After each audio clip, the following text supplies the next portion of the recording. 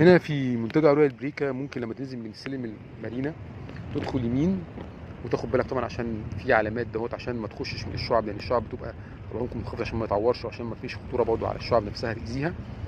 زي ما الناس دي جوه ماشيه بتبدا انك ماشي في موازاه العلامات دي، وتتفرج على الشعب والاسماك جميله جدا في هذا الاتجاه. تمام.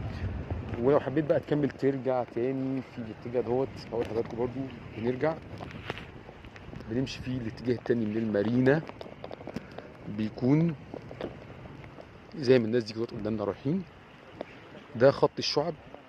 ممكن تاخد الخط دوت تمشي برضو في موازاة البحر، موازاة الساحل، لحد ما ممكن توصل للساحل الرملي هناك كده، تبقى خدت خط الشعب كله من اوله لاخره وتستمتع. سبحان الله، كل منطقه الشعب اشكال مختلفه والسمك اشكال مختلفه، فهي يعني تجربه فريده.